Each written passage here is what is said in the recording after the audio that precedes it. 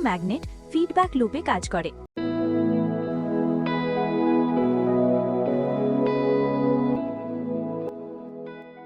Helical LED filament সহ এই magnetic suspension lamp শুধু মাধ্যাকর্ষণকে অমান্য করে ভাসে না, বরং বাল্বের ভেতরের এলইডিটিও ওয়্যারলেস ইন্ডাকশনের মাধ্যমে শক্তি পায় এবং বেসে থাকা সুইচ দিয়েই নিয়ন্ত্রিত হয়।